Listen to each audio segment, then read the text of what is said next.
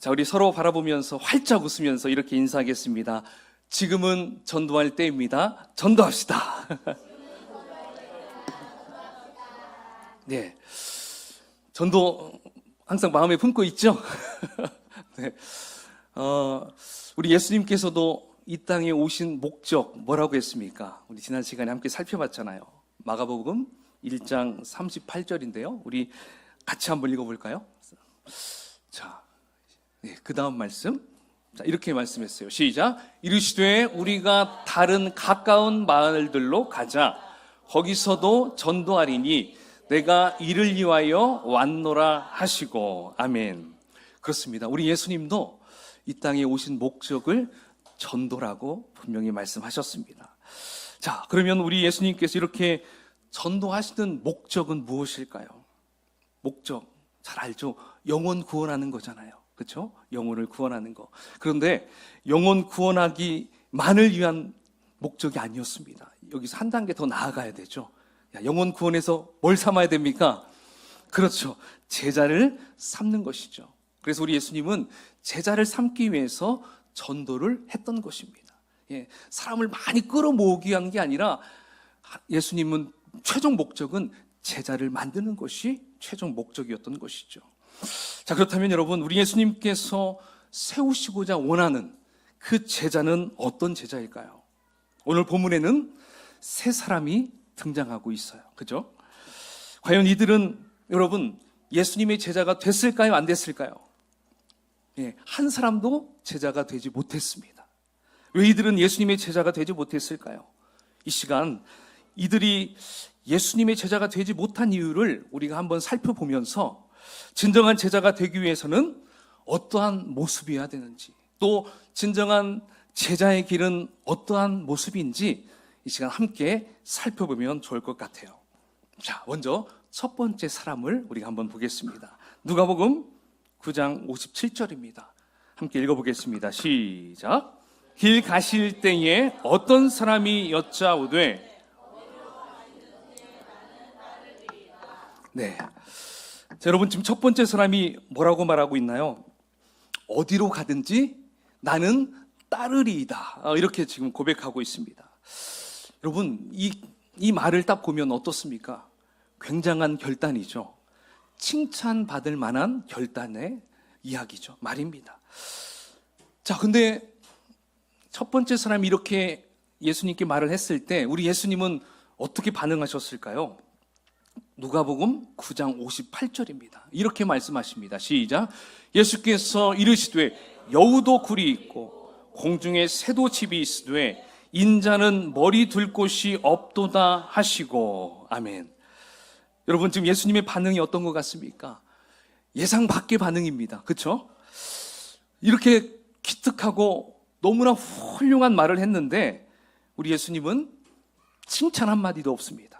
오히려 찬물을 끼얹는 말씀을 하고 계시는 것이죠.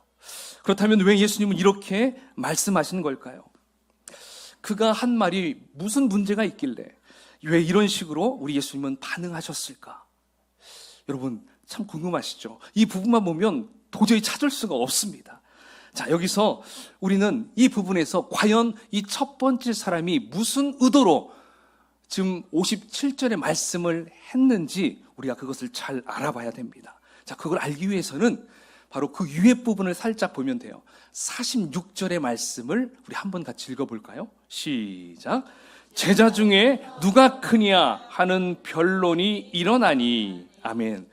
자, 지금 제자들은요 서로 누가 큰지, 또 누가 먼저인지, 누가 나중인지 자신들의 서열을 막 결정하고 또 다투고 있는 걸 볼 수 있어요.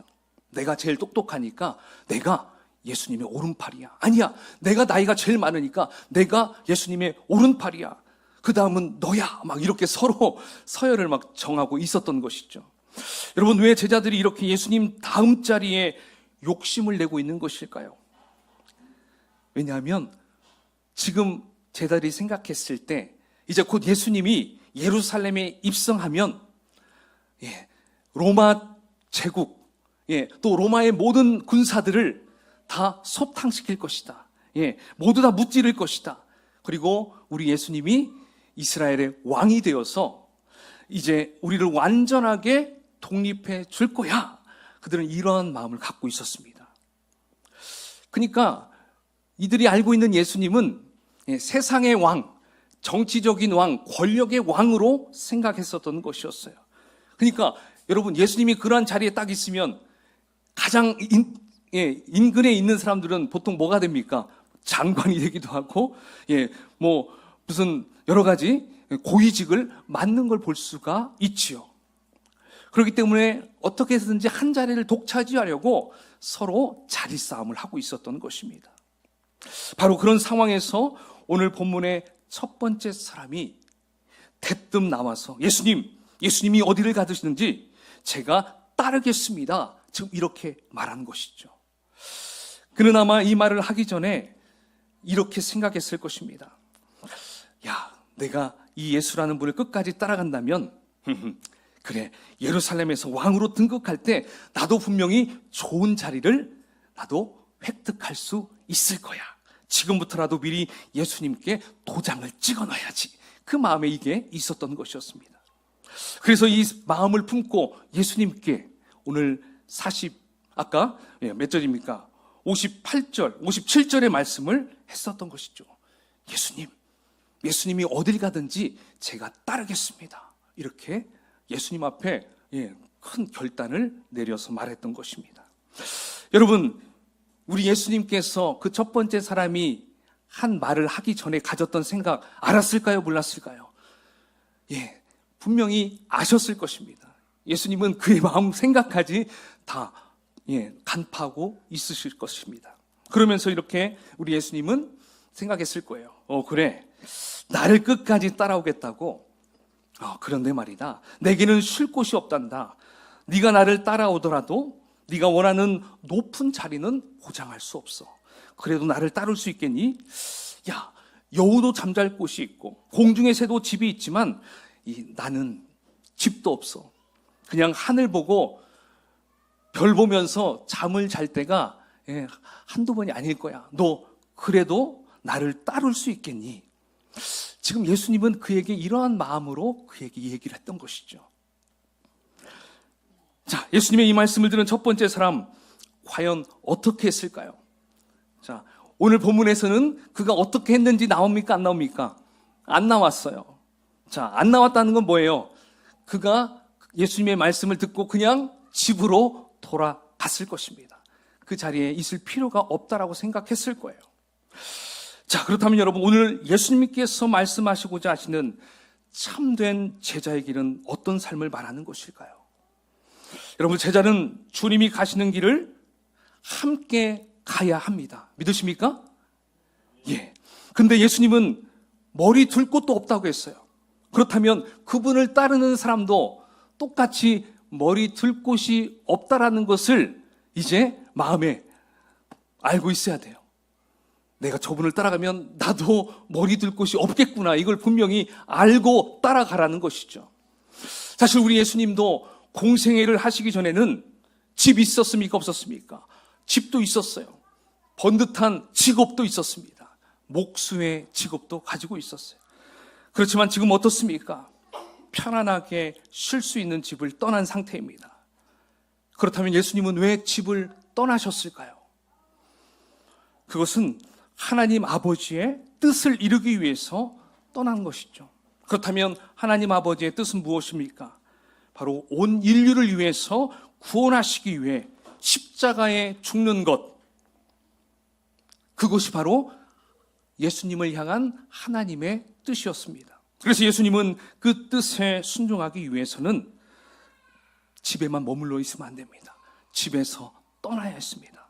자, 그렇게 떠나시고 3년 반의 시간을 보내시고 이제 막바지에 다다르는 시간이 온 것이죠.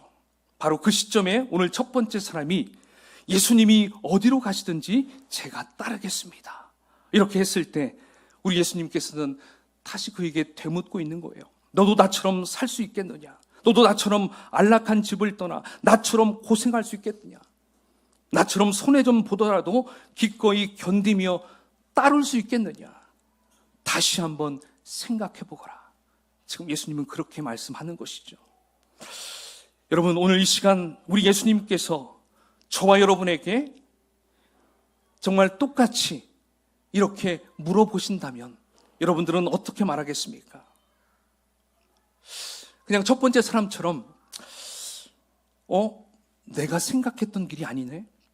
나는 예수 믿어서 제대로 성공적인 인생을 살아보려고 했는데 예수님이 제자가 되어서 사업 한번 제대로 성공시켜 보려고 했는데 내가 이것 때문에 교회 나와서 예배도 열심히 드리고 헌금도 드리고 11조도 내고 교회 봉사도 했는데 이게 아니었네.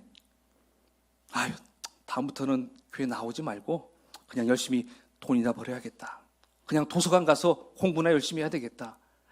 여러분, 혹시 이런 생각을 가지고 계신 분 계십니까?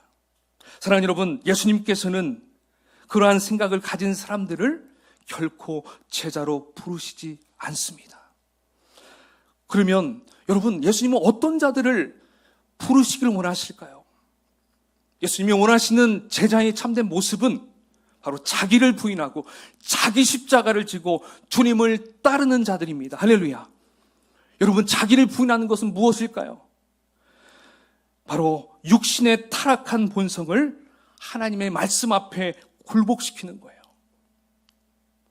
자기를 부인하는 것은 자기 자신이 뭐예요? 내 안에 신이에요. 내가 신이 되는 거예요. 내가 신이 돼서 내가 왕노릇 하는 것이 자기를 부인하지 않는 삶이에요. 그러나 자기를 부인하는 삶은 이제 내가 신이었던 그 하나님 자리를 이제 진정한 주님께 내어 맡기는 거예요. 주님이 이제 나의 진정한 왕이십니다. 나를 이끄시는 진정한 하나님이십니다. 자리 바꿈이 일어나는 것이 바로 자기 부인이 되는 것입니다. 그러면 자기 십자가를 지는 건 무엇일까요? 자기 십자가를 지는 것은 복음을 위해 나를 희생하는 것입니다.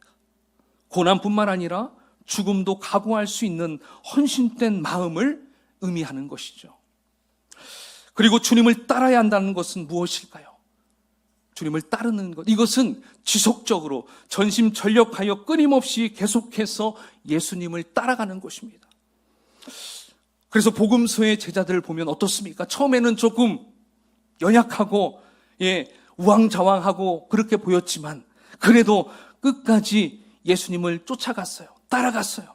그러다 보니까 그들이 성령 받고 순교회까지 이르게 되는 그런 놀라운 제자의 삶을 살 수 있었습니다. 그러니까 첫 번째, 이 사람은 어떤 사람입니까? 자기 부인하는 것을 싫어했습니다.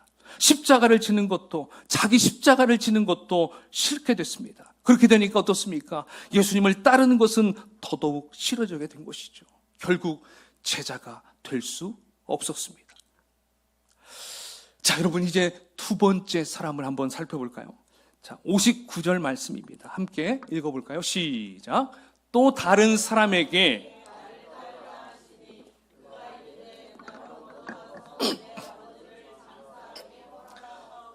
아멘. 자, 여러분, 지금 58절과 59절, 여러분, 이 사이에는 굉장한 긴장감이 흐르는 것을 우리가 느껴야 됩니다. 왜냐하면 첫 번째 사람이 예수님 앞에 야심차게 예수님 어디로 가시든지 제가 따르겠나이다, 딱 이렇게 말했습니다. 그렇지만 그 다음 예수님이 하신 그 말씀을 듣고 나서 그가 따라가지 않았기 때문에 지금 분위기는 어떨까요? 상당히 무겁습니다. 침묵이 흐를 수도 있습니다. 아무도 지금 말할 수 없어요. 그렇게 막 줄을 섰게 했었죠. 예? 이제 다음엔 내가 따라간다고 얘기해야지, 막 이런 생각을 갖고 있었는데, 바로 앞에서 탈락해버리니까 뭐라고 할 말이 없었던 것이죠. 자, 그때 우리 예수님께서 그 다음 사람에게 너 나 따를래? 이렇게 지금 묻는 것입니다. 예, 너도 나를 따르라. 이번에는 예수님께서 명령하셨어요. 나를 따르라. 강하게 명령했습니다. 그리고 그에게 제자로서 초청을 하는 걸 볼 수 있어요. 하지만 이 사람은 예수님이 첫 번째 사람과는 대화를 다 들은 상태였기 때문에 그는 예수님의 그 초청의 말을 딱 들으면서 어쩌면 이런 생각을 했을 것입니다. 정말 예수님을 따라가야 하나 말아야 하나. 아니, 머리 둘 곳도 없다고 한다면 내가 지금까지 이렇게 행복하게 살아왔는데 내 행복은 다 날아가는 것 아니야? 나는 저분을 통해서 뭔가 한 자리를 좀 독차지하려고 했는데 이렇게 가다가는 아무것도 얻을 수 있는 거 아니야? 빈털털이 되는 거 아니야? 막 이렇게 막 그 머리에서요 이런저런 생각을 막 하고 있었을 것입니다.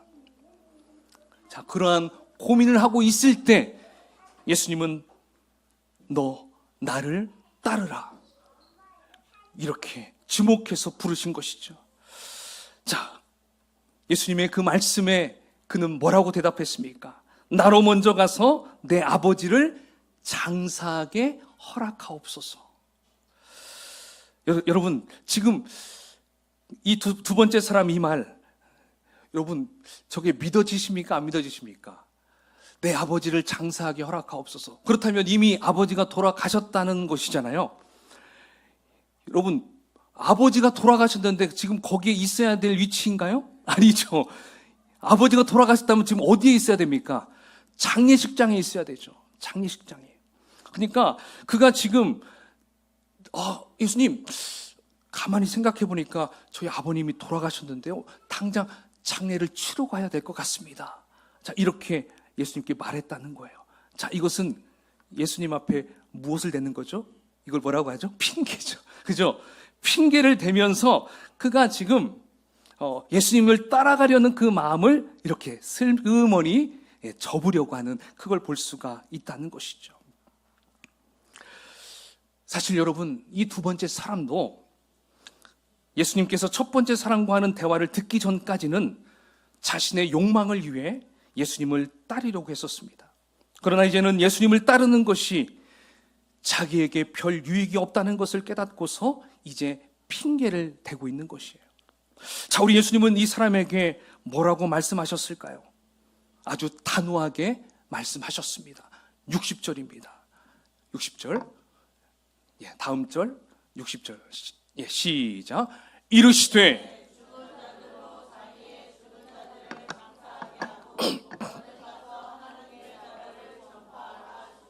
아멘. 죽은 자들로 자기의 죽은 자들을 장사하게 하고. 자, 여러분, 이 말씀을 보면 예수님께서 가족을 너무 중요하게 여기지 않는 거 아닐까? 가족 소중한데? 이렇게 생각할 수 있습니다. 하지만 지금 우리 예수님께서는 지금 가족이 중요하지 않다고 말씀하는 것이 아니에요. 자신을 따르는데, 예수님을 따르는 데 있어서 부모를 무시하고 따르는 것도 아닙니다. 예수님은 여기에서 바로 이 사람 마음속에 있는 그 마음을 간파하고 있었습니다. 그는 진심으로 자기 아버지를 사랑하고 가족을 돌보는 마음으로 그렇게 말하는 것이 아니었어요. 오직 자신의 이기적인 성공만을 위해서 살아가려는 그의 생각을 우리 주님은 꿰뚫어 보았던 것이죠. 그래서 예수님께서는 그가 지금 해야 할 일은 뭐예요? 어설픈 핑계를 대며 돌아가는 것이 아니라 그런 이기적인 야망을 다 버리고 오직 하나님의 나라를 전파하라라고 말씀하고 있는 것입니다. 여러분, 그렇다면 지금 이 두 번째 사람이 예수님을 따라가지 못하는 근본적인 문제는 무엇이라고 말할 수 있을까요? 그것은 바로 육신의 정욕, 안목의 정욕, 이생의 자랑, 이것을 너무나 소중하게 여기는 사람이었던 것입니다. 여러분, 이 세 가지는 누구로부터 왔을까요? 어디에서부터 왔을까요? 육신의 정욕, 안목의 정욕, 이생의 자랑. 여러분, 요한일서 2장 16절에 정확하게 기록되어 있습니다. 한번 읽어볼까요? 시작. 이는 세상에 있는 모든 것이 육신의 정욕과 안목의 정욕과 이생의 자랑이니 다 아버지께로부터 온 것이 아니요. 어디요? 세상으로부터 온 것이라. 아멘. 여러분, 이러한 것들은 바로 세상으로부터 왔다라고 말씀합니다. 예수님 곁에, 예수님의 사역 현장에 그렇게 많은 사람들이 몰려다녔지만 그들이 제자가 될 수 없었던 이유, 바로 이들은 세상으로부터 흘러온 육신의 정욕, 안목의 정욕, 이생의 차랑을 이기지 못했기 때문에 그들은 한 사람도 제자가 될 수 없었습니다. 그래서 늘 결정적인 순간에 교회 다니는 많은 사람들이 돈 앞에서, 사람 앞에서, 성공 앞에서, 명예 앞에서 신앙이 무너져 버리는 것입니다. 또한 하나님께서 계속 콜링을 해도, 계속 부르셔도 너는 거기에 있으면 안 돼, 여기에 있어야 돼, 이쪽으로 와야 돼. 아무리 그렇게 우리 예수님이, 우리 주님께서 여러분들을 콜링을 해도, 우리를 콜링을 해도 우리는 거기에 가면 손해볼 것 같으니까 이 핑계 저 핑계 대면서 헛된 것을 쫓아간다라는 것입니다. 사랑하는 여러분, 여러분들도 두 번째 사람처럼 핑계거리를 찾으시면서 살아가시겠습니까? 또 과거로 돌아가시겠습니까? 여러분, 이제 후회할 짓을 하지 않기를 바랍니다. 할렐루야. 세상으로부터 온 것들, 육신의 정욕, 안목의 정욕, 이생의 자랑, 이것들을 어떻게 해야 될까요? 이겨야 될 줄 믿습니다. 이겨야 돼요. 이겨야 돼요. 무엇으로 이길 수 있겠습니까? 오늘 60절 말씀, 바로 하나님 나라를 전파하는 것으로 이길 수가 있습니다. 그냥 가만히 앉아있다고 이기는 게 아니에요. 하나님의 나라를 전파하는 것, 그리고 먼저 그의 나라와 그의 의를 구하는 것, 그것을 우리가 행할 때에 하나님은 우리에게 승리케 하시고 진정한 제자로서의 삶으로 우리를 부르신다는 것입니다. 그것을 여러분 오늘 기억하시는 여러분이 되기를 축원합니다. 자, 세 번째 61절입니다. 한번 읽어볼까요? 시작. 또 다른 사람이 이르되 주여 내가 주를 따르겠나이다마는. 아멘. 자, 이번 세 번째 사람은 어떤 것 같습니까? 아주 영리합니다. 영특합니다. 자, 앞에 두 사람의 대화 내용을 다 듣고 있어요. 옆에서 그래? 여기서 이렇게 하면 안 되겠네? 막 계속 난 어떻게 여기를 떠나 여기서 있어야 될까? 계속 지금 이 통밥을 재고 있는 상황이라는 걸 볼 수가 있어요. 자, 그러면서 이제 자기 차례가 된 것입니다. 자, 자기 차례가 딱 됐을 때 두 번째 사람은 먼저 예수님이 말을 꺼냈거든요. 자, 이번엔 누가 먼저 말을 꺼내고 있습니까? 예수님이 말을 꺼내기도 전에 본인이 말을 합니다. 뭐라고 얘기합니까? 주여 내가 주를 따르겠나이다마는 나로 먼저 내 가족을 작별하게 허락하소서. 자, 이렇게 말씀하고 있어요. 그러니까 두 번째 사람과 이 세 번째 사람, 닮은 듯 하면서 또 달라요. 자, 어디가 다릅니까? 바로 이 세 번째 사람은요, 주를 따르겠나이다가 아니라 뭐라고 붙어 있어요? 따르겠나이다마는. 그러면 이 많은 뒤에가 이 사람의 본심일까요? 많은 앞에가 본심일까요? 그렇죠. 앞이 아니죠. 뒤입니다. 따르겠습니다. 그런데요, 주님. 이렇게 그다음 이렇게 하는 거예요. 그 속마음은 그 뒤에 있었던 것이죠. 자, 먼저 가서 내 가족과 작별하고 오겠습니다. 이렇게 말씀하는 거예요. 그렇게 말하는 것입니다. 그러니까 세 번째 사람은 예수님 앞에서는 자기도 따라간다라고 말하면서 계속 머리를 굴리고 간을 보면서 딴 생각을 하고 있었다는 것이죠. 그러니까 몸은 예수님과 함께 있지만 마음은, 생각은 다른 데 있는 상태인 것입니다. 이 사람도 예수님과 함께하면 뭔가 해보려고 했는데 다시 보니까 별것 없을 것 같으니까 약간의 여지를 남기면서 결정을 하지 않고 있다는 거예요. 계속 눈치를 보고 있어요. 결정을 아직 하지 않고 있습니다. 여러분, 지금 이 세 번째 이 사람도 주님의 말씀 앞에서 무엇을 대고 있는 것입니까? 계속 핑계를 대고 있는 것입니다. 예수님을 따르는 것보다 더 좋은 것이 뭐가 없는지 생각하면서 머리를 계속 굴리고 있는 것입니다. 여러분, 우리 예수님은 이러한 자를 가리켜서 뭐라고 묘사하고 있습니까?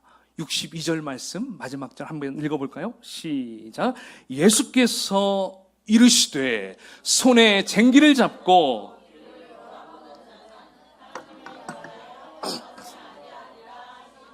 아멘.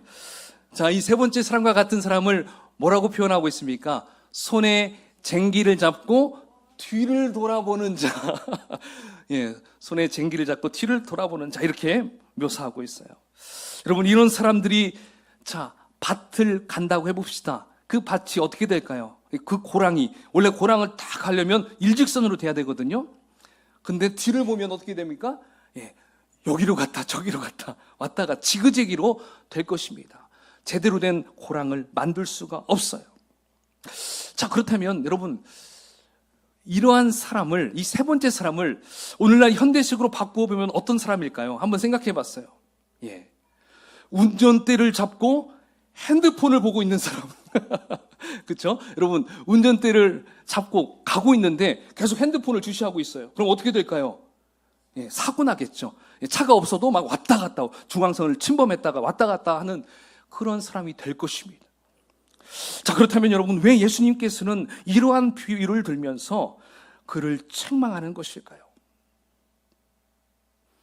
너 쟁기 잡았지? 쟁기 잡았으면 너 한눈 팔지 말라는 거예요.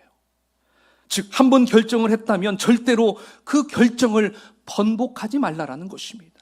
따라서 지금 세 번째 사람은 몸은 예수님을 따라간다라고 하면서 마음으로는 다른 곳에 있어요. 어디요? 가족에게 가 있는 것을 지금 보고 있습니다. 그러니 나를 따르기로 결정했다면 이제 땀만 먹지 말고 나만 따라와. 예수님은 이렇게 말씀하는 것입니다. 하지만 결국 이 사람도 첫 번째, 두 번째 사람과 같이 그냥 예수님을 따라가면 잠자리도 편하지도 않을 것 같고 본인이 생각했던 대로 그렇게 가는 것 같지도 않을 것 같고 그렇게 되니까 그는 이제 결단을 내리죠. 예수님의 제자 되는 것 이제 나는 안 해. 나는 포기할 거야. 그냥 나는 내가 살고 싶은 대로 살 거야. 그렇게 마음 먹고 예수님을 떠나버린 걸 볼 수가 있습니다.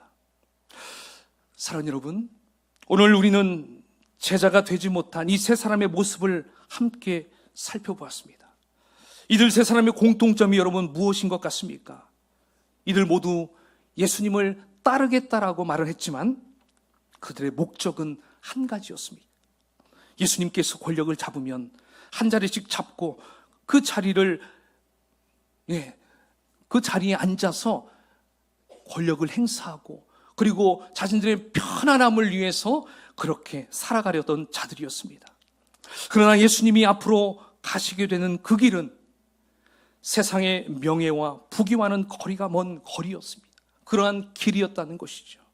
머리를 누일 곳도 없는 불편한 생활과 그리고 가족과는 작별해야 되고 고통이 따르고 고난이 따르는 길이라는 것을 그는 눈치를 챘습니다. 그들 세 명 다 그러한 눈치를 챘어요. 결국 이들은 이 핑계 저 핑계를 대면서 다 떠나버리고 말았던 것이죠. 사랑하는 여러분, 여러분들은 왜 예수님을 믿으십니까? 왜 예수님의 제자가 되려고 하십니까? 생각해 보셨습니까? 고민해 보셨습니까? 여러분, 이 세상에서 좀 잘 살아보려고, 이 세상에서 성공 좀 해보려고 예수 믿는 분 계십니까? 예수님의 제자가 되려는 분 계십니까? 물론 예수님 잘 믿고 그렇게 성공한 인생 사시는 분들 분명히 있어요. 예. 그러나 모두가 그렇게 살지 못한다는 걸 우리는 알아야 됩니다. 그러면 그들은 실패한 인생일까요? 아니에요.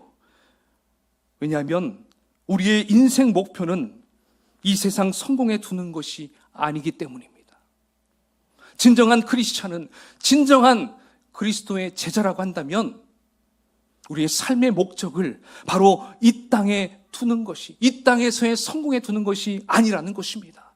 그럼 어디에 두어야 될까요? 우리의 꿈은, 우리의 비전은 바로 예수님과 같이 되는 것이 우리의 꿈이 되어야 될 줄 믿습니다. 할렐루야. 만일 우리가 예수님처럼 되는 것을 인생의 목표로 두지 않으면 우리도 예수님을 잘 믿다가 오늘 이 세 사람처럼 중도 하차할 것입니다. 믿어봐야 고생밖에 없네. 믿어봐야 아픔밖에 없네. 믿어봐야 될 것이 없네.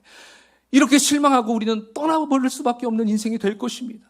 사랑하는 여러분, 예수님을 따르는 길은 넓고 좋은 길이 아니에요. 좁고 안 좋은 길이 바로 예수님을 따르는 길입니다. 그러나 좁고 안 좋은 길이 바로 영생의 길, 생명의 길임을 믿으시길 바랍니다.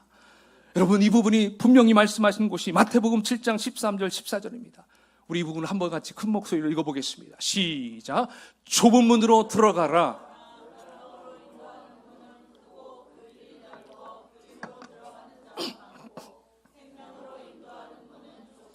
길이 협착하여 찾는 자가 적음이라. 아멘.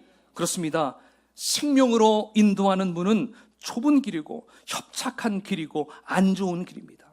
하지만 이 길을 선택하고 걷는 자들이 진정한 예수님의 제자가 될 수 있고 영원한 천국에 들어가서 예수님의 보좌에 앉아서 바로 아들의 나라를 다스리는 권세를 받게 된다는 것을 여러분 믿으시길 바랍니다. 너무 중요한 것입니다. 우리의 마지막은 여기가 아니잖아요. 그 다음에 삶이 더 중요하다는 것을 우리는 알아야 한다는 것이죠. 사랑하는 여러분, 이번 한 주간 여러분 어떻게 살아가시겠습니까? 주님 앞에 이 핑계 저 핑계 대면서 주님과 숨바꼭질하지 마십시오. 그렇죠? 주님이 걸어가신 그 길이라면 올곧게 우리가 걸어가는 것입니다. 한눈 팔지 마십시오.